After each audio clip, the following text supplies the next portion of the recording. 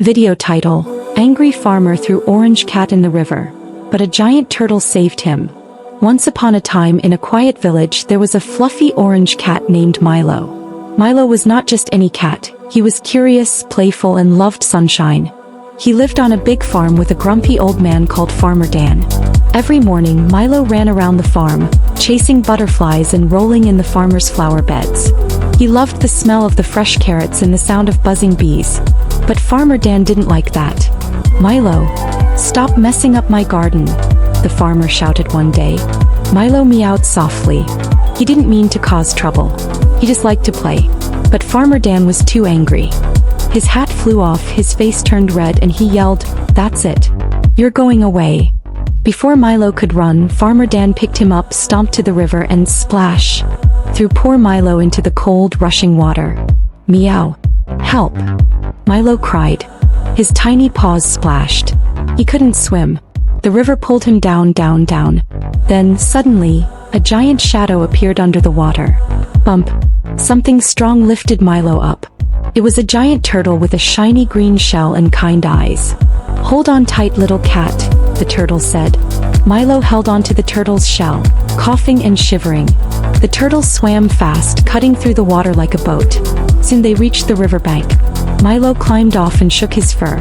"You saved me," Milo whispered. The turtle smiled. "My name is Tobi, and no one should be left in the river alone." Milo hugged Tobi with his paws. They became instant friends. That night, Tobi took Milo to his secret home, a big cave under a waterfall. Inside, it sparkled with glowing rocks and tiny glowing fish swimming in a pool. It was magical. "You can stay here as long as you want," said Tobi. Milo curled up beside him. "This is the safest place I've ever been." Back at the farm, Farmer Dan sat in his chair feeling sad. "Maybe I was too harsh," he muttered. "I miss that little orange cat."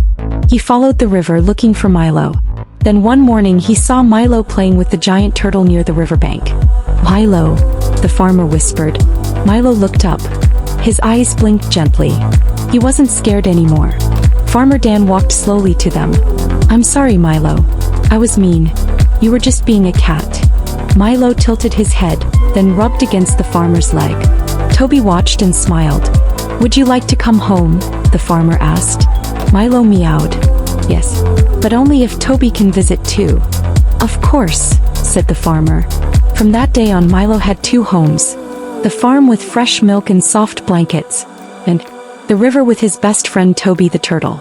And every evening, Farmer Dan, Milo and Tobi sat together near the river, watching the sunset, sharing stories and smiling. Because even the grumpiest hearts can change with a little love.